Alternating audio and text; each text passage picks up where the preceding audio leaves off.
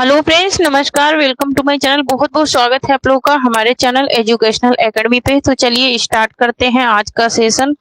तो जल्दी से जुड़ जाएं और जल्दी से सेशन को शेयर कर दीजिए, ठीक है। तो हम लोग स्टार्ट करते हैं। तो सबको गुड इवनिंग, सबको नमस्कार। जल्दी से जुड़ जाएं और सेशन को शेयर कर दीजिए। और जो लोग आज सेशन में नए आए हैं वो सेशन को सब्सक्राइब, चैनल को सब्सक्राइब जरूर कीजिए, ठीक है। तो चलिए स्टार्ट करते हैं आज का सेशन। तो आज का हमारा पहला क्वेश्चन है कि सन 1888 में एशियाटिक सोसाइटी ऑफ बंगाल की पत्रिका के शीर्षांक रूप में हिंदी साहित्य के किस इतिहास ग्रंथ का प्रकाशन हुआ? मिश्र बंधु विनोद का, इतवार द ला लिटरेचर हिंदुस्तानी का, या फिर हिंदी साहित्य का इतिहास आचार्य रामचंद्र शुक्ल कृत, या फिर the modern vernacular literature of Hindustan का। तो यहाँ पर 1888 की बात हो रही है और एशियाटिक सोसाइटी ऑफ बंगाल की बात हो रही है। तो इसमें किसने, इस पत्रिका के माध्यम से किसका प्रकाशन हुआ था 1888 में, ये बात पूछी जा रही। तो 1888 में प्रकाशन हुआ था किसका? The modern vernacular literature of Hindustan का, जो किसका लिखा हुआ ग्रंथ है? ये गियर्सन का लिखा हुआ ग्रंथ है, ठीक है। और वही यहाँ पर गियर्सन का लिखा हुआ ग्रंथ है। और ये मिश्र बंधु विनोद, ये 1913 में पहला और दूसरा तीसरा भाग, और चौथा भाग 1934 में, और 1934 में हुआ था। वही हिंदी साहित्य का आचार्य रामचंद्र शुक्ल वाला कब हुआ था? तो ये हुआ था 1929 में। और इतवार ला लिटरेचर हिंदुस्तानी, ये 1800 कब हुआ था? ये हुआ था 1800 कब हुआ था? 1834 में, ठीक है। तो यहाँ पर इसका राइट आंसर क्या हुआ? ऑप्शन नंबर डी हो गया, the modern vernacular literature of Hindustan. Next question है कि 84 वैष्णवन की वार्ता, 84 वैष्णवन की वार्ता, 252 वैष्णवन की वार्ता, भक्तमाल आदि को निम्नलिखित में से किस तत्व के अभाव के कारण साहित्य का इतिहास नहीं माना जा सकता है?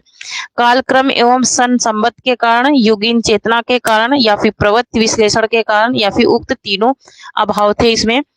तो यहाँ पर इसका राइट आंसर क्या हो जाएगा? तो यहाँ पर जो 84 वैष्णव की वार्ता है उसमें ये इतिहास, साहित्य का इतिहास क्यों नहीं माना जा रहा है? क्योंकि इसमें ये तीनों चीजों का अभाव था। उसमें प्रवृत्ति विश्लेषण की कमी थी, युगीन चेतना की कमी थी, और काल क्रम जो था ये भी सही से नहीं लगा था।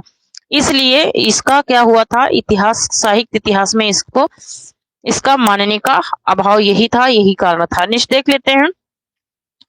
नेक्स्ट है कि आचार्य रामचंद्र शुक्ल ने आदिकाल या वीर गाथा काल की अवधि क्या मानी है? संबत 1000 से 1400 ईस्वी, संबत 1050 से 1375 विक्रमी, या फिर संबत 750 से 1350 विक्रमी, या फिर संबत 1000 से 1350 विक्रमी। तो इन्होंने कितनी मानी है ये बात पूछ रहा है। तो यहाँ पर इसका राइट आंसर क्या हो जाएगा? जल्दी से बताएं। तो संबत में ही बताना है, तो जल्दी से बताएं कि संबत में इन्होंने क्या माना है वीरगाथा काल की अवधि।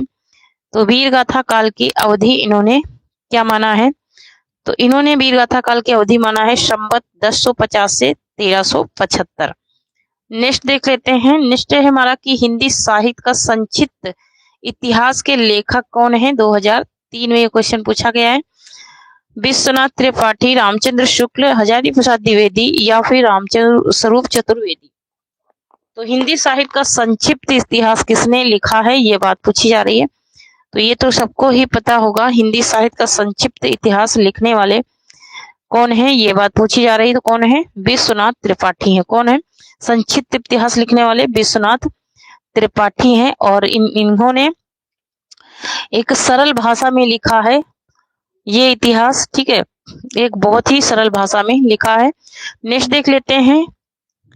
नेक्स्ट है कि हिंदी साहित्य का दूसरा इतिहास किसकी कृति है? हजारी प्रसाद द्विवेदी की, बच्चन सिंह की, या फिर रामचंद्र शुक्ल की, या फिर महावीर प्रसाद द्विवेदी की। तो हिंदी साहित्य का दूसरा इतिहास किसका है? ये बच्चन सिंह का है। ऑप्शन नंबर यहाँ पर बी राइट हो जाएगा। नेक्स्ट देख लेते हैं।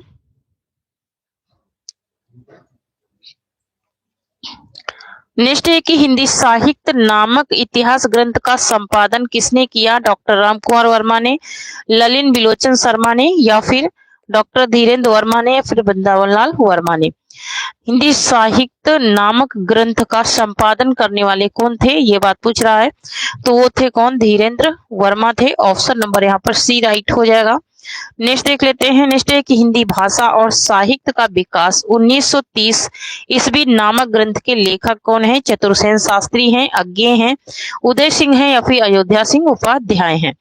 यहाँ पर इसका राइट आंसर क्या हो जाएगा? क्वेश्चन नंबर 7 का राइट आंसर हो जाएगा ऑप्शन नंबर डी हो जाएगा। अयोध्या सिंह उपाध्याय का ये है क्या? हिंदी भाषा और साहित्य का विकास। ये किसका है? तो ये अयोध्या सिंह उपाध्याय का है। नेक्स्ट है कि मिश्र बंधुओं में नहीं है। मिश्र बंधुओं में कौन से कवि नहीं है? कृष्ण बिहारी मिश्र, श्याम बिहारी मिश्र, गणेश बिहारी मिश्र, कृष्ण बिहारी मिश्र और सुखदेव बिहारी मिश्र। तो मैंने एक ट्रिक इनके बारे में बताई थी जब मैं इनका कंटेंट पढ़ा रही थी, तो उसमें मैंने ये बताया था कि सुख श्याम गणेश है ना, मैंने बताया था कि सुख श्याम गणेश है ना। तो सुख से सुखदेव और गणेश से गणेश बिहारी और श्याम से श्याम बिहारी, तो ये तीनों हैं, लेकिन यहाँ पर कृष्ण बिहारी नहीं है। ऑप्शन नंबर सी यहाँ पर राइट हो जाएगा। नेक्स्ट देख लेते हैं। नेक्स्ट है कि राहुल संकृत्याय ने उत्तर अभ्रंश की रचनाओं को हिंदी की रचनाएं माना है। इससे संबंधित रचना है। इससे संबंधित रचना कौन सी है, ये बात पूछ रहा है। इससे संबंधित रचना कौन सी है? प्राचीन हिंदी काव्यधारा है, उत्तर अभ्रंश की रचनाएं हैं, या फिर हिंदी की प्राचीन कवि और उनकी रचनाएं हैं, या फिर हिंदी का विकास है, हिंदी भाषा का विकास। तो यहाँ पर इसका राइट आंसर क्या हो जाएगा? राहुल संकृत्यायन ने उत्तर अभ्रंश की रचनाओं में हिंदी की रचनाएं माना है। किससे इनकी संबंधित रचनाएं हैं, ये बात पूछ रहा है। तो इन्होंने हिंदी के प्राचीन कवि और उनकी कविताओं को इन्होंने माना है। नेक्स्ट देख लेते हैं। नेक्स्ट है कि आदिकाल के लिए अभ्रंश काल जाति साहित्य का उदय नाम प्रस्तावित करने वाले विद्वान हैं। आदिकाल में अभ्रंश काल जो है उसमें जाति साहित्य का उदय प्राप्त करने वाले नाम को प्रस्तावित करने वाले विद्वान कौन से हैं? रामचंद्र शुक्ल हैं, प्रेमकांत टंडन हैं, या फिर केसरी नारायण शुक्ल हैं, या फिर डॉक्टर बच्चन सिंह हैं। तो जल्दी से बताइए यहाँ पर इसका राइट आंसर क्या हो जाएगा? क्वेश्चन नंबर 10 का राइट आंसर क्या हो जाएगा?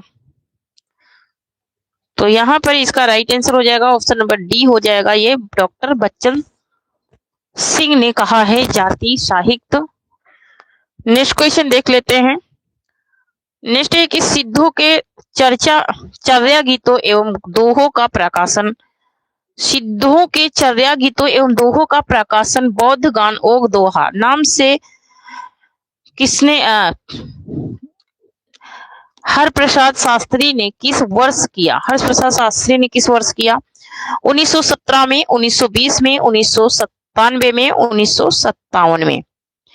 कब इन्होंने किया है, ये बात पूछ रहा है। क्वेश्चन नंबर 11 का राइट आंसर हो जाएगा ऑप्शन नंबर ए 1917 ईस्वी में।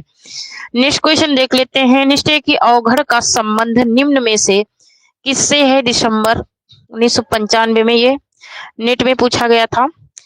तो ये वैष्णव मत से है, गोरखनाथ से है, जैन मत से है, या फिर रामानुज से है। यहाँ पर इसका राइट आंसर क्या हो जाएगा? अवघड़ का संबंध किससे है? तो अवघड़ का संबंध है गोरखनाथ से। ऑप्शन नंबर यहाँ पर बी राइट हो जाएगा। नेक्स्ट देख लेते हैं। नेक्स्ट है कि पाहुड़ दोहा ग्रंथ की रचना किसने की? धनपाल ने, स्वयंभू ने, राम सिंह ने, या फिर जय सिंह ने। ये बहुत ही इंपॉर्टेंट क्वेश्चन है क्योंकि ये बहुत ज्यादा पूछा जाता है। तो राम सिंह ने की है। नेक्स्ट क्वेश्चन देख लेते हैं।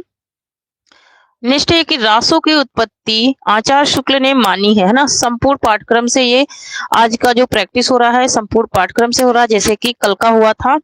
और कल की पीडीएफ आप लोगों को टेलीग्राम चैनल पे मैंने सेंड कर चुकी है, ठीक है, सेंड कर दी है मैंने। तो वहां से आप लोग उसे डाउनलोड कर सकते हैं। तो यहाँ पर देखिए क्या रसायन से, या फिर रहस्य अनुभूति से, या फिर राज से, या फिर राजशय से किससे हुई है रासो शब्द की उत्पत्ति? ये बात पूछी जा रही है। आचार्य शुक्ल ने किससे मानी है रासो शब्द की उत्पत्ति? तो रासो शब्द की उत्पत्ति इन्होंने रसायन से मानी है। किसने? रामचंद्र शुक्ल ने। नेक्स्ट क्वेश्चन है कि कर्पूर मंजरी, कर्पूर मंजरी जो है ये किसकी रचना है? अमीर खुसरो की, विद्यापति की, क्षेमेंद्र की या फिर राजशेखर की। यहाँ पे इसका राइट आंसर क्या हो जाएगा, है ना। तो जो लोग पीडीएफ डाउनलोड करना चाहते हैं वो टेलीग्राम चैनल से जुड़ जाएं, ठीक है। तो वहां से आप लोगों को पीडीएफ मिल जाएगी, ओल्ड भी और अभी न्यू भी पीडीएफ मिल जाएंगी, ठीक है। तो टेलीग्राम चैनल से जुड़िए। तो ये कर्पूर मंजरी किसका है, ये राजशेखर का है। ऑप्शन नंबर यहाँ पर सी राइट हो जाएगा। नेक्स्ट देख लेते हैं। नेक्स्ट है कि ढोला मेरूरा दोहा कल्लोल कवि का है या फिर पृथ्वीराज का है या फिर श्रीधर का है या फिर सारंगधर का है। तो ढोला मेरूरा दोहा जो है ये कल्लोल कवि का है। ऑप्शन नंबर ए यहाँ पर राइट हो जाएगा। नेक्स्ट देख लेते हैं और थोड़ा सा शेयर कर दीजिए, बस यही छोटी सी रिक्वेस्ट है। नेक्स्ट है कि भाषा सर्वेक्षण किसकी रचना है, श्याम सुंदर दास की है, गियर्सन की है, लल्लू लाल की है या फिर लक्ष्मीधर की है। यहाँ पे इसका राइट आंसर क्या हो जाएगा, क्वेश्चन नंबर 17 का जल्दी से बताएं। भाषा सर्वेक्षण किसकी रचना है, तो ये रचना है गियर्सन की। ऑप्शन नंबर बी यहाँ पर राइट हो जाएगा। नेक्स्ट देख लेते हैं। तो नेक्स्ट है हमारा कि पृथ्वीराज रासो की शैली निम्नलिखित में से क्या है। पृथ्वीराज रासो की जो शैली है, लेखन शैली है, वो क्या है, क्या ये डिंगल है या राजस्थानी है या फिंगल है या फिर ब्रज भाषा है, ठीक है। तो इसकी जो लेखन शैली है वो कैसी है, वो है डिंगल भाषा में लिखा गया है। नेक्स्ट क्वेश्चन देख लेते हैं, डिंगल शैली में लिखा गया है। नेक्स्ट है पद्मावती समय डॉट है इधर, वध आदि किस रासो ग्रंथ से प्रसिद्ध है, ठीक है। किस रासो ग्रंथ का प्रसिद्ध है ये पूछ रहा है। यहाँ पर तो प्रिंट बराबर नहीं है, ठीक है, तो अब इसको हम छोड़ ही देते हैं क्योंकि यहाँ पर बता ही देते हैं हम, ठीक है। तो यहाँ पर देखिए पद्मावती समय में जो कारंग वध है वो रासो ग्रंथ के किस वाले ग्रंथ में ये प्रसिद्ध है। यहाँ पर होगा पृथ्वीराज रासो, क्या हो जाएगा, यहाँ पर पृथ्वीराज रासो हो जाएगा।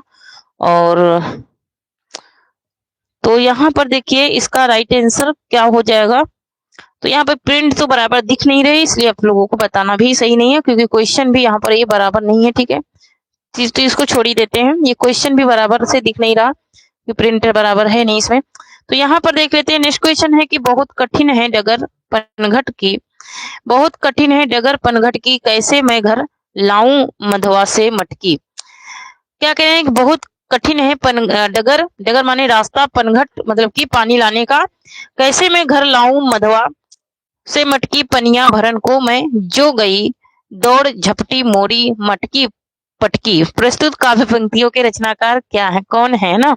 ये बहुत ही मजेदार पंक्तियां हैं, इनके रचनाकार कौन है ये बात पूछ रहा है। भारतेंदु हैं, हरिओद हैं या फिर अमीर खुसरो है फिर रसखान।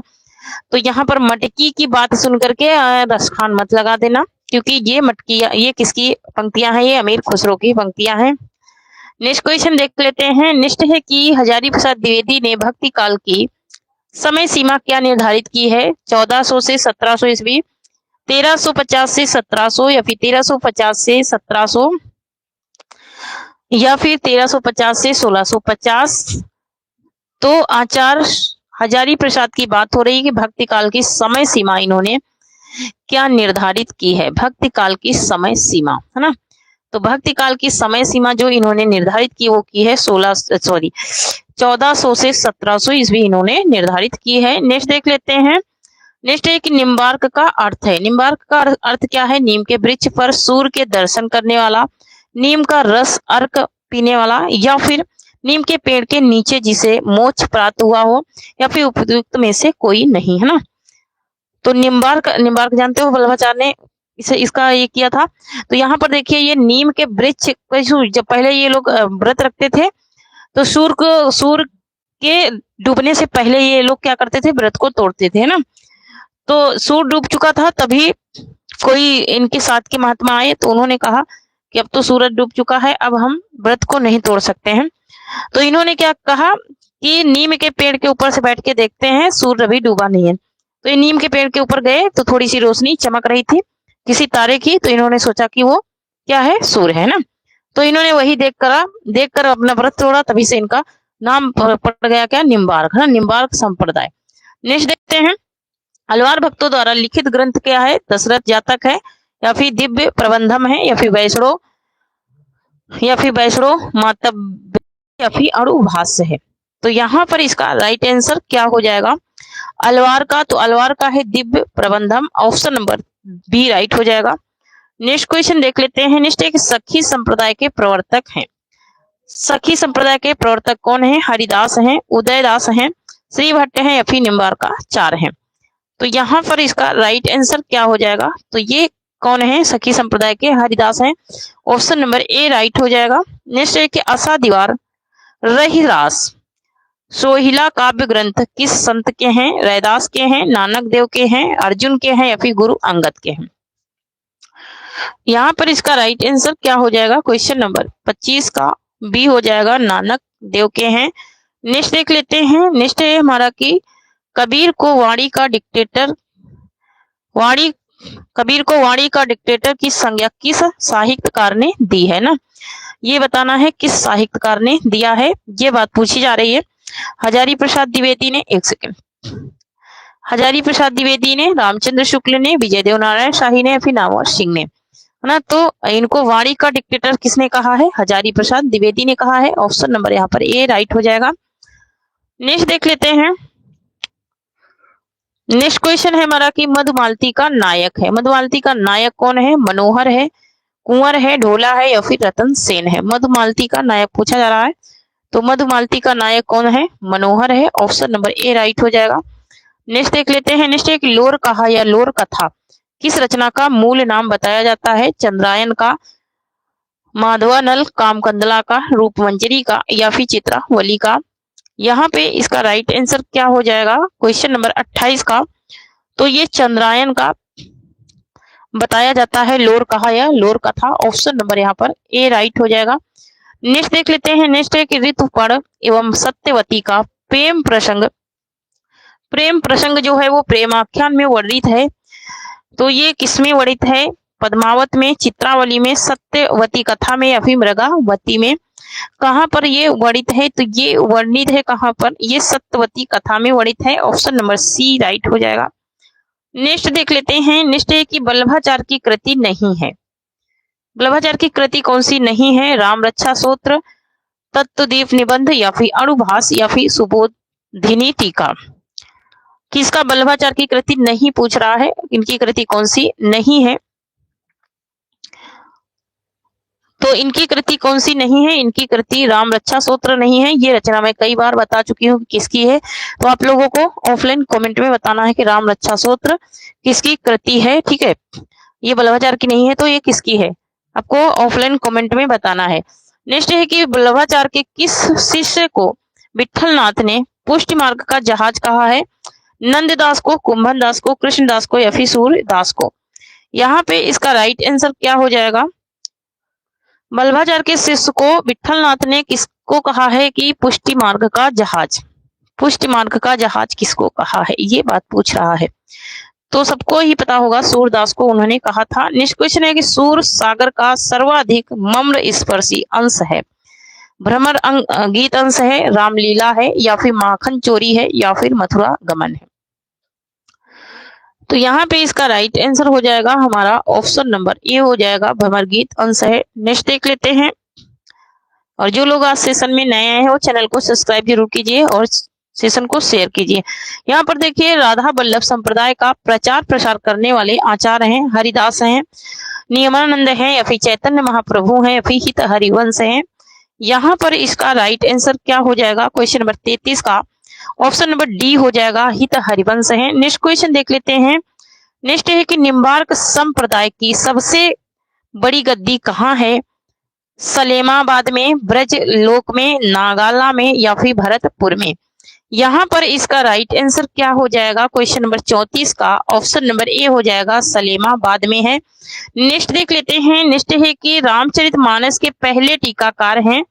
रामचरितमानस के पहले टीकाकार कौन है? अग्रदास हैं, जीवाराम है, अनंत दास है, या फिर रामचरण दास है। यहाँ पर इसका राइट आंसर क्या हो जाएगा? क्वेश्चन नंबर 35 का ऑप्शन नंबर डी हो जाएगा, रामचरण दास हैं इसके। नेक्स्ट क्वेश्चन देख लेते हैं। नेक्स्ट है कि देखन जो पाऊं तो पढ़ाऊं जमलोक पठाऊं जमलोक, देखन जो पाऊं तो पठाऊं जमलोक, हाथ दूजे न लगाऊं वर कर को। पंक्तियां किस कवि द्वारा सृजित हुई हैं, किस कवि ने लिखा है? ये जीआईसी पीजीटी में 2009 में ये क्वेश्चन पूछा जा चुका है। हृदय राम का है, तुलसीदास का है, केशवदास का है या फिर नाभा दास का है? यहाँ पर इसका राइट आंसर क्या हो जाएगा? क्वेश्चन नंबर 36 का ऑप्शन नंबर ए हो जाएगा, हृदय राम का है। नेक्स्ट देख लेते हैं। नेक्स्ट है कि रामचंद्रिका में प्रकाशों की संख्या है 16 है, 39 है, 36 है या फिर 30 है? रामचंद्रिका में प्रकाशों की संख्या पूछ रहा है, ठीक है। तो प्रकाशों की संख्या कितनी है? बहुत ही इंपॉर्टेंट क्वेश्चन है, 39 है, ठीक है। 39 है प्रकाशों की संख्या, ऑप्शन नंबर बी राइट होगा। नेक्स्ट क्वेश्चन है कि रामचंद्रिका की रचना हुई, रामचंद्रिका की रचना जो है, रचना का प्रकाशन वर्ष क्या है ये पूछ रहा है। 1595, 1605, 1601 या फिर 1590? तो यहाँ पे इसका राइट आंसर क्या हो जाएगा? क्वेश्चन नंबर 38 का ऑप्शन नंबर सी हो जाएगा, 1601 ईस्वी में रामचंद्रिका की रचना हुई। किसने किया था? केशवदास ने। नेक्स्ट क्वेश्चन है कि केशवदास का जन्म कहाँ हुआ ना, जन्म और मरण बहुत ज्यादा पूछा जाता है। तो 1595 में हुआ या फिर 1555 में या फिर 1565 में या फिर 1605 में? केशवदास का जन्म हुआ था कब? 1555 में हुआ था, 1555 में। नेक्स्ट देख लेते हैं। नेक्स्ट है कि भूषण का लक्षण ग्रंथ कौन सा है? पीजीटी में ये पूछा जा चुका है क्वेश्चन, और पीजीटी में ये पूछा गया तो कब पूछा गया है? 2009 में, ठीक है। 2009 में ये पूछा जा चुका है। शिवराज भूषण है, भूषण हजारा है, शिवा बाबनी है, छत्रसाल दशक है। तो यहाँ पे भूषण का लक्षण ग्रंथ पूछ रहा है, ठीक है, लक्षण ग्रंथ। बाकी शिवराज भूषण भी इनका है, शिवा बाबनी भी इनका है, इनके सारे ही हैं, ये जितने दिख रहे हैं सारे ही इनकी ही रचनाएं हैं। लेकिन इसमें से लक्षण ग्रंथ की बात कर रहा है कि लक्षण ग्रंथ कौन सा है। तो लक्षण ग्रंथ कौन सा है? ऑप्शन नंबर ए राइट हो जाएगा, शिवराज भूषण इनका लक्षण ग्रंथ है। नेक्स्ट एक भूषण किसके राजाश्रित कवि थे? छत्रसाल शिवाजी के, महाराज जयसिंह के, काशी नरेश वरीड सिंह के या फिर जसवंत सिंह के? यहाँ पर इसका राइट आंसर क्या हो जाएगा? क्वेश्चन नंबर 41 का ये किसके थे? तो ये छत्रसाल शिवाजी के थे। नेक्स्ट क्वेश्चन देख लेते हैं। नेक्स्ट है कि बिहारी और देव की श्रेष्ठता के संबंध में विवाद को जन्म देने वाले आलोचक हैं। विवाद को जन्म देने वाले आलोचक कौन है? मिश्र बंधु हैं, पदम सिंह शर्मा हैं या फिर कृष्ण बिहारी मिश्र हैं या फिर लाला भगवान दीन है? बिहारी और देव की श्रेष्ठता के संबंध में विवाद को जन्म देने वाले आलोचक की बात हो रही है। तो विवाद को जन्म देने वाले आलोचक हैं मिश्र बंधु। ऑप्शन नंबर यहाँ पर क्या राइट हो जाएगा? ए राइट हो जाएगा। नेक्स्ट देख लेते हैं। नेक्स्ट है चिंतामणि का भाई कौन नहीं है? चिंतामणि का भाई कौन नहीं है? भूषण, मतीराम, रत्नाकर या फिर जटाशंकर? किसके भाई की बात हो रही है? चिंतामणि के भाई की बात हो रही है, ठीक है। तो चिंतामणि के भाई कौन नहीं है ये बात पूछ रहा है। तो रत्नाकर जो है ये चिंतामणि के भाई नहीं है, ये जगन्नाथ दास रत्नाकर इनका पूरा नाम है, तो ये नहीं है। बाकी ये तीनों लोग ही चिंतामणि के भाई हैं, ठीक है। नेक्स्ट क्वेश्चन देख लेते हैं। नेक्स्ट है कि देव किस दृष्टि से अधिक सफल रहे? आचार्य की दृष्टि में, कवि की दृष्टि में, टीकाकार के रूप में या फिर इनमें से कोई नहीं? देव जो थे किस रूप में सबसे ज्यादा प्रसिद्धि या सफल हुए हैं? तो ये कवि के रूप में सबसे ज्यादा ये सफलता पाए हैं। नेक्स्ट क्वेश्चन है कि चंडी चरित के लेखक कौन है? गुरु गोविंद सिंह है, आलम है, जयदेव है या फिर कालिदास त्रिवेदी हैं? तो यहाँ पर इसका राइट आंसर क्या हो जाएगा? क्वेश्चन नंबर 45 का ऑप्शन नंबर ए हो जाएगा, गुरु गोविंद सिंह की रचना है चंडी चरित। नेक्स्ट है कि काव्य निर्णय के रचनाकार हैं। मतीराम है, चिंतामणि है, देव हैं या फिर भिखारी दास हैं? तो यहाँ पर इसका राइट आंसर क्या हो जाएगा? काव्य निर्णय की बात हो रही है तो ये भिखारी दास की रचना है काव्य निर्णय। और जो लोग सेशन में आज नए आए हैं वो सेशन को सब्सक्राइब, चैनल को सब्सक्राइब करें और हमारी प्लेलिस्ट जरूर देखें, हमारे कंटेंट के वीडियो जरूर देखें। और उसके साथ साथ आप लोग प्लेलिस्ट में देखेंगे तो आपको ग्रामर से लेकर के पूरा साहित्य मिल जाएगा। यहाँ पर देखिए, अभिधा उत्तम काव्य है, मध्य लक्षणाहीन, अधम व्यंजना रस विरस, उल्टी कहत नवीन। किस पंक्ति किस आचार कवि की हैं? केशव की हैं, चिंतामणि की हैं, देव की हैं या फिर भिखारी दास की हैं? तो यहाँ पर इसका राइट आंसर क्या हो जाएगा, ऑप्शन नंबर सी राइट हो जाएगा। ये देव की पंक्तियां हैं। नेक्स्ट देख लेते हैं। नेक्स्ट है, कौन सी काव्य प्रवृत्ति भारतेंदु योगी नहीं है, राष्ट्रीयता, सामाजिक चेतना, स्वच्छंदता या फिर समस्या पूर्ति। यहाँ पर इसका राइट आंसर क्या हो जाएगा, यहाँ पर इसका राइट आंसर क्या हो जाएगा, ये बात पूछी जा रही है। कौन सी काव्य प्रवृत्ति भारतेंदु योगी नहीं है, नहीं की बात हो रही है। तो यहाँ पर इसका राइट आंसर क्या हो जाएगा, जल्दी से बताएं। तो यहाँ पर इसका राइट आंसर हो जाएगा ऑप्शन नंबर सी, ये स्वच्छंदतावाद, ये छायावाद का है, भारतेंदु युग का नहीं है। नेक्स्ट क्वेश्चन है कि तधी समाज के संस्थापक थे, जयशंकर प्रसाद, वल्लभाचार्य, भारतेंदु या फिर रत्नाकर। यहाँ पर इसका राइट आंसर क्या हो जाएगा, जल्दी से बताएं। तो यहाँ पर इसका राइट आंसर हो जाएगा ऑप्शन नंबर सी हो जाएगा, भारतेंदु थे तधी समाज के संस्थापक। नेक्स्ट है कि जीर्ण जनपद किसकी रचना है, जीर्ण जनपद की बात हो रही है, हरिश्चंद्र की है, प्रताप नारायण मिश्र की है या फिर प्रताप नारायण सिंह की या फिर प्रेम धन की। तो 50 क्वेश्चन कंप्लीट हो गए हैं। थोड़ा सा शेयर कर दीजिए और सेशन को लाइक कर दीजिए। तो यहाँ पर देखिए ये प्रेम धन का है जीर्ण जनपद, ऑप्शन नंबर डी यहाँ पर राइट हो जाएगा। नेक्स्ट देख लेते हैं। नेक्स्ट है कि नौ भक्तमाल किसकी रचना है, भारतेंदु की है, नाभा दास की है, प्रताप नारायण मिश्र की है या फिर राधा चरण गोस्वामी की है। तो नौ भक्तमाल जो है ये राधा चरण गोस्वामी का है, ऑप्शन नंबर डी राइट होगा। नेक्स्ट है कि समानता द्विवेदी युग का समय माना जाता है, सन 1900 से 1918, सन 1900 से 1924, सन 1903 से 1918, सन 1868 से 1900 ईस्वी। यहाँ पर इसका राइट आंसर क्या हो जाएगा, क्वेश्चन नंबर 52 का ऑप्शन नंबर ए हो जाएगा, 1900 से 1918 ईस्वी। नेक्स्ट क्वेश्चन देख लेते हैं। नेक्स्ट है कि कौन सी प्रवृत्ति द्विवेदी युग की नहीं है, नहीं पूछा जा रहा है, राष्ट्रीय भावना, नीति और आदर्श, प्राथमिकता या फिर मार्क्सवादी चिंतन। द्विवेदी युग की कौन सी प्रवृत्ति जो है वो नहीं है, ये बात पूछा जा रहा है। तो मार्क्सवादी चिंतन ये द्विवेदी युग की प्रवृत्ति नहीं है। नेक्स्ट देख लेते हैं। नेक्स्ट है हमारा कि मैथिली शरण गुप्त के गुरु कौन थे, मैथिली शरण गुप्त के गुरु की बात हो रही है, गुरु को पूछा जा रहा है ये कौन थे, जल्दी से बताएं। तो यहाँ पर देखिए क्या महावीर प्रसाद द्विवेदी थे, एक सेकंड, क्या महावीर प्रसाद द्विवेदी या फिर बाल मुकुंद गुप्त या फिर श्रीधर पाठक या फिर भारतेंदु। यहाँ पर इसका राइट आंसर जल्दी से बताइए क्या हो जाएगा। तो यहाँ पर ऑप्शन नंबर ए राइट हो जाएगा, महावीर प्रसाद द्विवेदी थे मैथिली शरण गुप्त के गुरु। नेक्स्ट क्वेश्चन देख लेते हैं। नेक्स्ट भारत भारती में किस भावना की रूपरेखा है, टीजीटी 2004 में क्वेश्चन पूछा गया है, दैव दैन्य भावना, राष्ट्रीय भावना, प्रेम भावना या फिर भक्ति भावना। तो भारत भारती में राष्ट्रीय भावना की रूपरेखा दिखाई देती है। नेक्स्ट देख लेते हैं। सुमन किसकी काव्य रचना है, महावीर प्रसाद द्विवेदी की, श्रीधर पाठक की, रत्नाकर की या फिर दिनकर की। तो जल्दी से बताएं सुमन किसकी रचना है, सुमन किसकी रचना है, ये बात पूछी जा रही है। तो ये किसकी रचना है, ये महावीर प्रसाद द्विवेदी की है, ऑप्शन नंबर ए राइट हो जाएगा।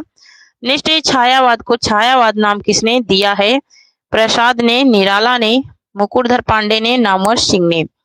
तो यहाँ पे इसका राइट आंसर हो जाएगा option number C, Mukutdhar Pandey ने दिया है। नेक्स्ट क्वेश्चन है कि छायावाद को शक्ति काव्य के रूप में किसने परिभाषित किया है, ये कथन का क्वेश्चन है। ये मैं बहुत कथन पढ़ाई हूँ आप लोगों को, 200 प्लस क्वेश्चन कराई हूँ मैं खाली कथन से, तो ये तो गलत नहीं होना चाहिए, जल्दी से बताएं।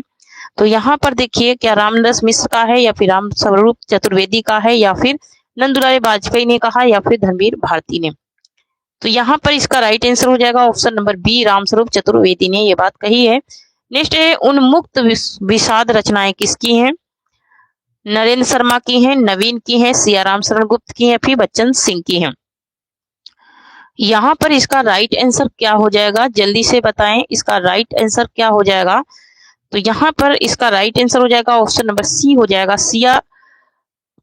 सिया राम शरण गुप्त का है। नेक्स्ट क्वेश्चन देख लेते हैं। नेक्स्ट है कि धूप और धुआं द्वंद्व गीत प्राण भंग कृतियों के रचयिता हैं, आरसी प्रसाद सिंह हैं, दिनकर हैं, शिव रत्न शुक्ल हैं या फिर युश्री प्रसाद शर्मा हैं। यहाँ पर इसका राइट आंसर क्या हो जाएगा, क्वेश्चन नंबर 60 का ऑप्शन नंबर बी हो जाएगा, दिनकर हैं, ऑप्शन नंबर बी राइट हो जाएगा। नेक्स्ट है कि लीलाधर जगूड़ी की रचना नहीं है। भय भी शक्ति देता है, घबराए हुए शब्द, मोची राम या फिर रात अभी मौजूद है। तो यहाँ पर इसका राइट आंसर क्या हो जाएगा? ऑप्शन नंबर रात अभी मौजूद है। ये किसका है ये बताइए। तो यहाँ पर देखिए ये लीलाधर जोगुड़ी की रचना नहीं है, ये पूछ रहा है। तो यहाँ पर देखिए भय भी शक्ति देता है, घबराए हुए शब्द, मोची राम, रात अभी भी मौजूद है। तो यहाँ पर मोची राम हो जाएगा, ऑप्शन नंबर सी राइट हो जाएगा, क्योंकि ये किसकी रचना है? ये धूर्मिल की रचना है, सुदामा पांडे धूर्मिल की रचना है ये, ठीक है। सुदामा पांडे धूर्मिल की रचना है, इनकी नहीं है। नेक्स्ट देख लेते हैं।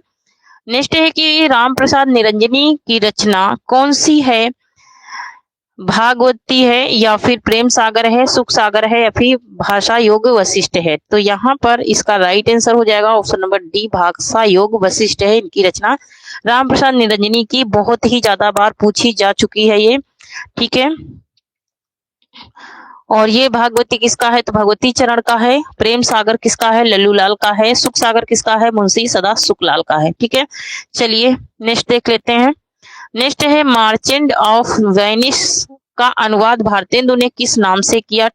पीजीटी 2008 में क्वेश्चन पूछा जा चुका है। दुर्बल बंधु ने, श्याम विद्या सुंदर ने या फिर विस्मोधम में या फिर इनमें से कोई नहीं, है ना। ये सारी रचनाएं किसकी हैं? भारतेंदु की हैं। अब ये कह रहा है कि मार्चेंट ऑफ वेनिस का अनुवाद इसने किस रचना में किया है, ये बात पूछ रहा है। तो यहाँ पर इन्होंने किया है दुर्बल बंधु में, ऑप्शन नंबर ए राइट हो जाएगा। नेक्स्ट देख लेते हैं। नेक्स्ट है कि कोणार्क सर्दिया, ये ना जाने कितने बार मैं पढ़ा चुकी हूँ। कोणार्क सर्दिया और पहला राजा नाटकों के नाटककार कौन है? गिरिराज किशोर हैं, जगदीश चंद्र माथुर हैं, मोहन राकेश हैं, फिर रमेश बच्ची हैं। तो यहाँ पर इसका राइट आंसर हो जाएगा ऑप्शन नंबर बी, ये जगदीश चंद्र माथुर का है। नेक्स्ट क्वेश्चन देख लेते हैं। नेक्स्ट देख लेते हैं। नेक्स्ट क्वेश्चन है हमारा कि सर्दिया के नाटककार हैं। टीजीटी 2003 में ये क्वेश्चन पूछा जा चुका है। मोहन राकेश हैं, विष्णु प्रभाकर हैं, उदय शंकर भट्ट हैं या फिर जगदीश चंद्र माथुर हैं। सर्दिया के पूछ रहा है, तो अभी अभी मैंने बताया है, तो ये कौन है? जगदीश चंद्र माथुर हो जाएगा। नेक्स्ट क्वेश्चन देख लेते हैं। नेक्स्ट एक कबीरा खड़ा बाजार में कृति के लेखक हैं। कबीरा खड़ा बाजार में इलाचंद जोशी का है, भीष्म साहनी का है, शंकर शेष का है, फिर शेखर जोशी का है। कबीरा खड़ा बाजार में, कबीरा खड़ा बाजार में यह एक निबंध है, किसका है? भीष्म साहनी का है, ऑप्शन नंबर बी राइट हो जाएगा। नेक्स्ट है कि त्याग पत्र उपन्यास के लेखक का नाम बताइए। 2001 में क्वेश्चन पूछा जा चुका है टीजीटी में। यशपाल हैं, भगवती चरण वर्मा है, वृंदावन लाल वर्मा है, फिर जैनेन्द्र। तो त्याग पत्र उपन्यास के लेखक हैं Jainendra Kumar, option number D right होगा। नेक्स्ट है कि विराट की पद्मिनी नामक ऐतिहासिक उपन्यास के लेखक कौन है? चतुर्सेन शास्त्री हैं, वृंदावन लाल वर्मा है, या फिर पांडे बेचैन शर्मा उग्र हैं, या फिर यशपाल है ना। और जो लोग सेशन में नए आए हैं वो चैनल को सब्सक्राइब करें, और मेरी जो टॉपिक वाइज जो अन्य विधाओं से भी क्वेश्चन जो पढ़े हैं टॉपिक वाइज, वो जाकर के देखिए, प्लेलिस्ट में मिल जाएंगे, ठीक है। और दूसरी बात, जो हमारे टॉपिक वाइज प्रैक्टिस चली है आदिकाल से लेकर के, ठीक है, आदिकाल से लेकर के आधुनिक काल तक के, ठीक है, ये सारे आप लोग देखिए, अन्य विधाओं के देखिए, तो बहुत ही ज्यादा इंपॉर्टेंट क्वेश्चन है उसमें। तो यहाँ पर देखिए वृंदावन लाल वर्मा हैं ऐतिहासिक उपन्यासकार। नेक्स्ट क्वेश्चन है कि झूठा सच उपन्यास के लेखक हैं। झूठा सच उपन्यास जो है इसके लेखक कौन है, ये बात पूछी जा रही है। झूठा सच उपन्यास देश विभाजन को लेकर के ये लिखा गया उपन्यास है। कमलेश्वर हैं, मुक्तिबोध हैं, यशपाल हैं, या फिर अज्ञे हैं ना। देश विभाजन को लेकर लिखा गया ये उपन्यास है, ऑप्शन नंबर सी राइट होगा, यशपाल का है। नेक्स्ट क्वेश्चन है टोपी शुक्ला के लेखक हैं, 2005 में पूछा गया है टीजीटी में। राही मासूम रजा है, मोहन राकेश हैं, मन्नू भंडारी हैं, फिर कमलेश्वर हैं। तो यहाँ पर इसका राइट आंसर क्या हो जाएगा? क्वेश्चन नंबर 70 का ऑप्शन नंबर ए राइट हो जाएगा। ये राही मासूम रजा की रचना है, टोपी शुक्ला। नेक्स्ट क्वेश्चन है कि राग दरबारी में किस गांव का चित्रण हुआ है? राग दरबारी ये किसका उपन्यास है? तो ये है श्रीलाल शुक्ल का। इसमें पूछा है किस गांव का चित्रण किया गया है? शिवपालगंज का, बेल्लारी गांव का, पुरिया गांव का, या फिर सेमरी गांव का। तो यहाँ पर इस गांव में शिवपालगंज का चित्रण किया गया है। शिवपालगंज की कथा वस्तु इसमें लिखी गई है। नेक्स्ट देख लेते हैं। नेक्स्ट है एक बूंद सहसा उछली किसके द्वारा लिखित यात्रा वृत्त है? पीजीटी 2000 में पूछा गया है। अज्ञे का, राहुल शंकरत्यायन का, यशपाल का या फिर अमृत बेनीपुरी का। तो एक बूंद सहसा उछली ये किसका है? ये अज्ञे का है। ऑप्शन नंबर यहाँ पर ए राइट हो जाएगा। नेक्स्ट देख लेते हैं। नेक्स्ट है कि हिंदी में रिपोर्टाज लेखन की परंपरा की शुरुआत होती है। रिपोर्टाज लेखन की शुरुआत किसने किया था? निर्मल वर्मा ने, प्रभाकर माचुए ने, सर्वेश्वर दयाल सक्सेना ने या फिर शिवदान सिंह चौहान ने। तो ये किसने किया था? शिवदान सिंह चौहान ने किया था सबसे पहले। और इनका पहला जो रिपोर्टाज है वो क्या है? लक्ष्मीपुरा। ऑप्शन नंबर यहाँ पर डी राइट हो जाएगा। इनका पहला उपन्यास ये है रिपोर्टाज लक्ष्मीपुरा। नेक्स्ट है खून के छींटे रिपोर्टाज के लेखक कौन है? निर्मल वर्मा है, कैलाश नारद हैं, डॉक्टर भगवत शरण उपाध्याय हैं या फिर कमलेश्वर हैं। तो जल्दी से बताएं इसके लेखक का नाम, जल्दी से बताएं कि खून के छींटे ये किसकी रचना है? तो ये खून के छींटे जो रचना है वो है डॉक्टर भगवत शरण उपाध्याय का है। ऑप्शन नंबर सी राइट हो जाएगा। नेक्स्ट देख लेते हैं। नेक्स्ट है कि दलित साहित्य की पहली आत्मकथा किसने लिखी थी? पीजीटी 2009 में क्वेश्चन पूछा गया है। ओम प्रकाश वाल्मीकि ने, मोहनदास नैमिषारण्य ने, कौशल्या वैसंती ने या फिर सूरज पाल चौहान ने। किसने लिखी थी पहली दलित आत्मकथा? ये बात पूछ रहा है। तो पहली दलित आत्मकथा लिखने वाले हैं मोहनदास नैमिषारण्य। ओम प्रकाश वाल्मीकि मत कंफ्यूज होना। नेक्स्ट क्वेश्चन है आनंद कदामिनी का प्रकाशन कहाँ से होता था? बनारस से, मिर्जापुर से, कलकत्ता से या फिर कानपुर से? आनंद कदामिनी। तो आनंद कदामिनी ये किसका ये पत्रिका थी? तो ये थी प्रेमधन की पत्रिका थी। ये मिर्जापुर से प्रकाशित होती थी, साप्ताहिक थी। नेक्स्ट है कि जयशंकर प्रसाद द्वारा संपादित पत्रिका कौन सी है? 2004 में पीजीटी में क्वेश्चन पूछा जा चुका है। इंदु है, ब्राह्मण है, सरस्वती है या फिर कहानी है? जयशंकर प्रसाद की पत्रिका की बात हो रही है तो जयशंकर प्रसाद की पत्रिका जो है वो है इंदु। ऑप्शन नंबर ए यहाँ पर राइट हो जाएगा। नेक्स्ट क्वेश्चन देख लेते हैं। ब्रजभाषा है 2004 में भी आया है क्वेश्चन टीजीटी में। ब्रजभाषा किसके अंतर्गत आती है? तो ये पश्चिमी हिंदी के अंतर्गत आती है। ऑप्शन नंबर बी राइट हो जाएगा। और नेक्स्ट क्वेश्चन देख लेते हैं। नेक्स्ट है कि देवनागरी लिपि का विकास हुआ 2005 में पूछा गया। उसके बाद 2010 में भी ये क्वेश्चन रिपीट हुआ है टीजीटी में। खरोष्टी से हुआ है, ब्रह्मी से हुआ है, मराठी से हुआ है, फिर फारसी से हुआ है देवनागरी लिपि का विकास। तो देवनागरी जो लिपि का विकास हुआ है वो ब्राह्मी लिपि से हुआ है। ऑप्शन नंबर बी राइट हो जाएगा। नेक्स्ट क्वेश्चन है कि अपभ्रंश का वाल्मीकि किसे कहा जाता है? पीजीटी 2005 का क्वेश्चन ये आ चुका है। नेक्स्ट क्वेश्चन यहाँ पर पुष्पदंत को, धनपाल को या फिर साल भसूर को या फिर स्वयंभू को? तो वाल्मीकि कहा जाता है अपभ्रंश का, स्वयंभू को। ऑप्शन नंबर यहाँ पर डी राइट हो जाएगा। नेक्स्ट देख लेते हैं।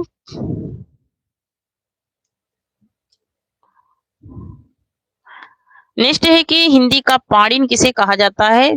पीजीटी 2004 का क्वेश्चन है। हिंदी का पाणिन किसे कहा जाता है? कामता प्रसाद गुरु को, रामचंद्र शुक्ल को, भोलानाथ तिवारी को, किशोरी दास वाजपेयी को? यहाँ पर इसका राइट आंसर क्या हो जाएगा? क्वेश्चन नंबर 81 का राइट आंसर हो जाएगा। ऑप्शन नंबर डी हो जाएगा। किशोरी दास वाजपेयी को हिंदी का पाणिन कहा जाता है। मोस्ट इंपोर्टेंट ये क्वेश्चन है, ठीक है। ये कई बार पूछा जा चुका है लेकिन यहाँ पर एक ही बार का जिक्र हुआ है। तो नेक्स्ट लिख लेते हैं। नेक्स्ट है कि राजभाषा आयोग का गठन कब हुआ, कब किया गया? 1955 में, 1965 में, 1970 में, 1980 में? तो राजभाषा आयोग का गठन हुआ था 1955 में। ऑप्शन नंबर ए राइट हो जाएगा। सर्वप्रथम कहाँ हुआ था? आंध्र प्रदेश में हुआ था। नेक्स्ट देख लेते हैं। नेक्स्ट है कि आगरा मथुरा को किस बोली का केंद्र माना जा सकता है? ब्रजभाषा का, अवधी का, बुंदेली का या फिर बांगरू का? तो आगरा और मथुरा की बोली जो है वो ब्रज है। ऑप्शन नंबर ए राइट हो जाएगा। नेक्स्ट क्वेश्चन है कि उत्तर प्रदेश सरकार द्वारा गठित लिपि सुधार परिषद की 28-29 नवंबर 1953 को हुई बैठक की अध्यक्षता किसने की थी? टीजीटी 2010 में ये क्वेश्चन पूछा जा चुका है।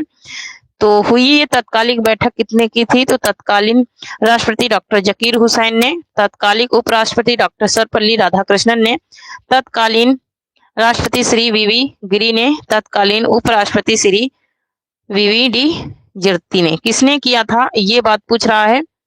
तो ये करने वाले कौन थे? ये थे तत्कालीन उपराष्ट्रपति डॉक्टर सर्वपल्ली राधाकृष्णन।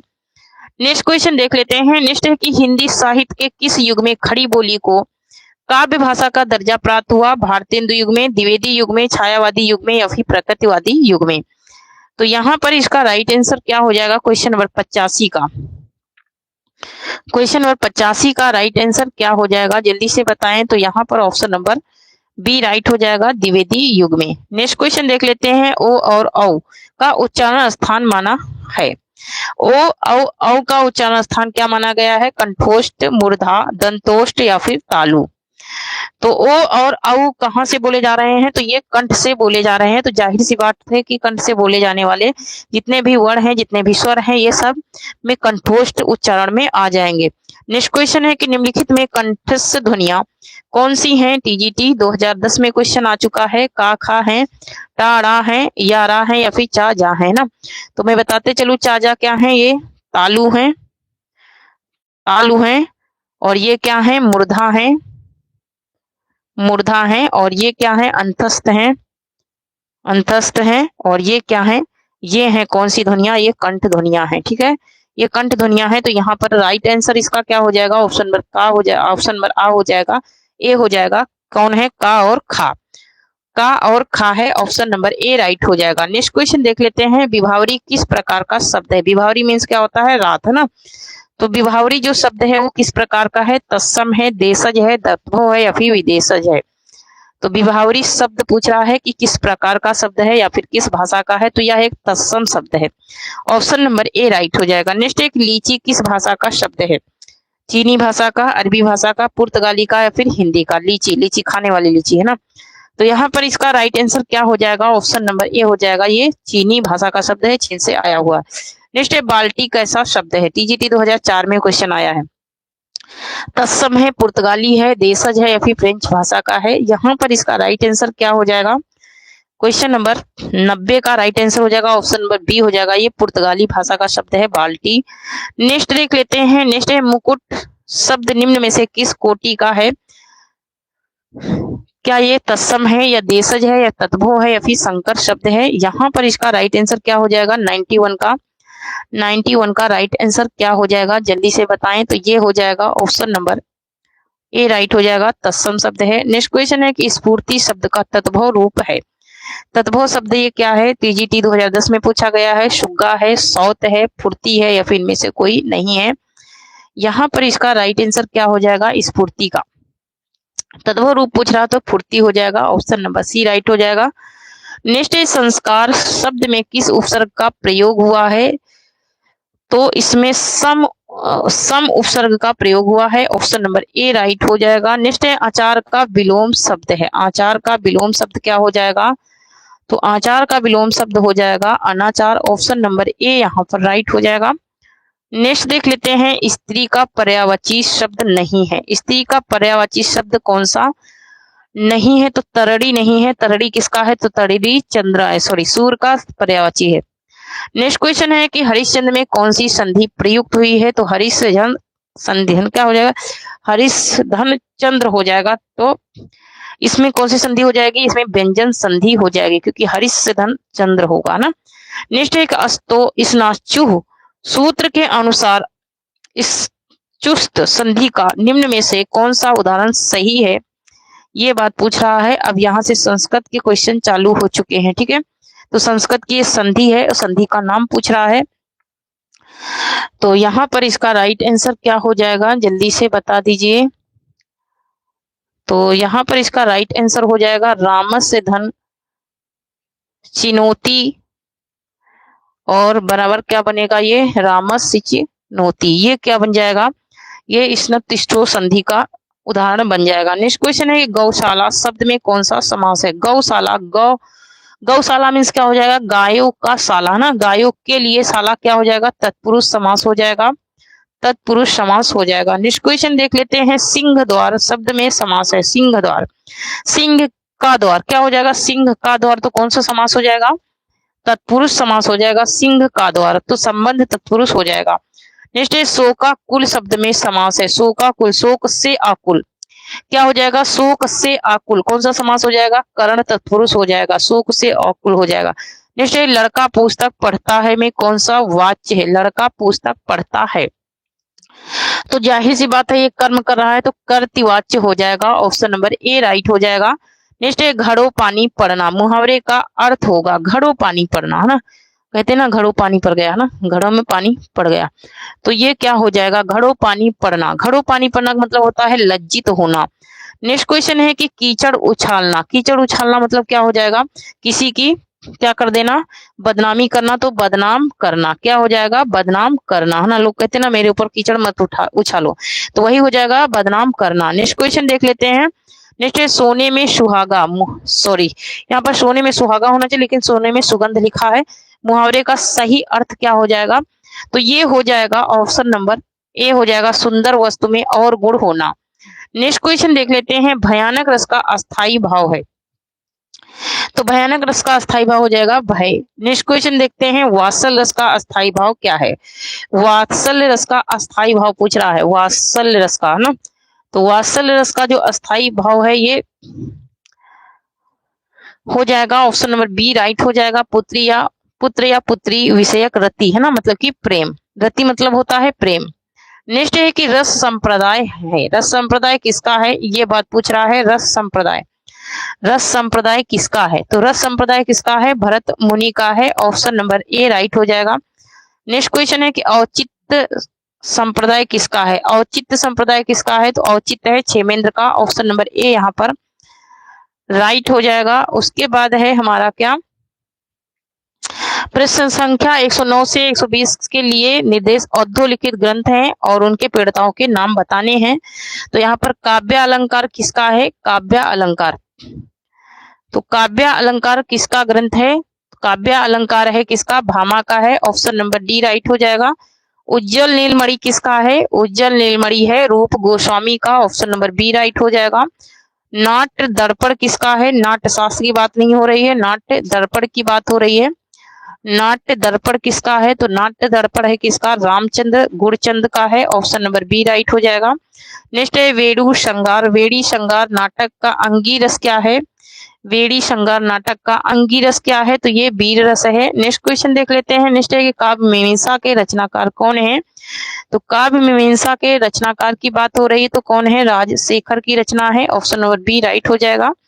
नेक्स्ट है उत्तर रामचरितम के तृतीय अंक का संबंध किससे है, तो उत्तर रामचरितम के चतुर्थी का संबंध किससे है, तो ये पंचवटी से है। नेक्स्ट है कि दूह धातु के लट लकार मध्यम पुरुष का एक वचन रूप क्या हो जाएगा, तो एक वचन का जो रूप है वो हो जाएगा दो छी हो जाएगा, दो धी छी क्या हो जाएगा, दो धी छी हो जाएगा।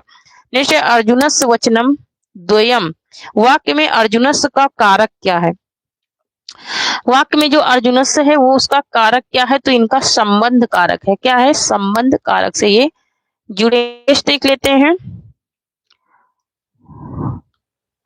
नेक्स्ट है पितरो शब्द का कौन सा विग्रह उपयुक्त है, माता च पिता च, माता च पिता च, पिता च माता च, माता पिता च, या फिर पिता च माता च, है ना, उपयुक्त पूछ रहा है तो मतलब कि कौन सा गलत है, गलत कौन सा है, तो यहाँ पर माता च पिता च, ये क्या हो जाएगा, गलत हो जाएगा। नेक्स्ट क्वेश्चन देख लेते हैं। मुनि शब्द का षष्ठी विभक्ति एक वचन में रूप क्या होगा, मुनि शब्द का, तो मुनि शब्द का क्या हो जाएगा, मुनो हो जाएगा, ऑप्शन नंबर सी राइट हो जाएगा। नेक्स्ट है असंगत युग्म छांटिए, असंगत छांटना है, इसमें कौन सी रचना किसकी नहीं है, मतलब कौन से दर्शन से कौन नहीं जुड़ा है, तो गौतम न्याय दर्शन से जुड़े हैं क्या, हाँ तो ये तो जुड़े हैं। फिर पारसनाथ जैन दर्शन से जुड़े हैं, ये बात बिल्कुल सही है।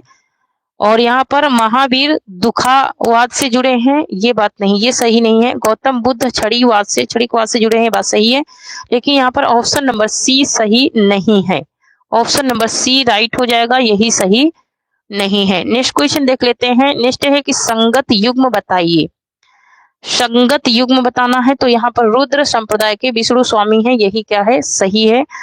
नेक्स्ट क्वेश्चन देख लेते हैं। नेक्स्ट है हिंदी शब्दानुशासन के लेखक कौन है, हिंदी शब्दानुशासन के लेखक की बात हो रही है, हिंदी शब्दानुशासन के लेखक कौन है, किशोरी दास वाजपेयी है, option number C right B right हो जाएगा।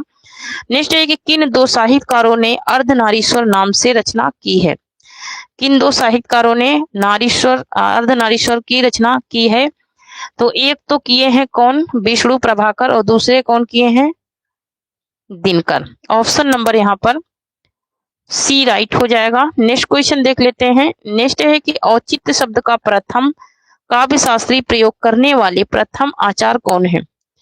प्रथम राजशास्त्री आचार्य कौन है, तो वो है Kshemendra. Option number D right हो जाएगा। नेक्स्ट है कि जो कठिनाई से जीता जा सके, जो कठिनाई से जीता जा सके उसे क्या कहेंगे, उसे कहेंगे दुरेज्य। ऑप्शन नंबर डी राइट होगा। नेक्स्ट क्वेश्चन है कि सही युग्म चुनिए, है ना, सही युग्म चुनना है यहाँ पर। तो पश्चिमी हिंदी क्या है, सही युग्म सही है। पश्चिमी हिंदी खड़ी बोली कौरवी ब्रजभाषा से मिलकर के क्या है, बनी हुई है। और यहाँ पर बिहारी मारवाड़ी से नहीं है। बिहारी किससे है, तो बिहारी है मागधी से। पूर्वी हिंदी किससे है, पूर्वी हिंदी बघेली से है। और पहाड़ी हिंदी किससे है, तो गढ़वाली से है। ठीक है, तो यहाँ पर ऑप्शन नंबर ए राइट हो जाएगा। ठीक है, तो थैंक यू फ्रेंड्स, 150 क्वेश्चन हमारे कंप्लीट हुए। तो थैंक यू, आज के लिए इतना ही। पीडीएफ के लिए आप लोग टेलीग्राम चैनल से जुड़िए, वहां से आप लोग को पीडीएफ मिल जाएंगे। ठीक है, थैंक यू, जय हिंद, जय भारत।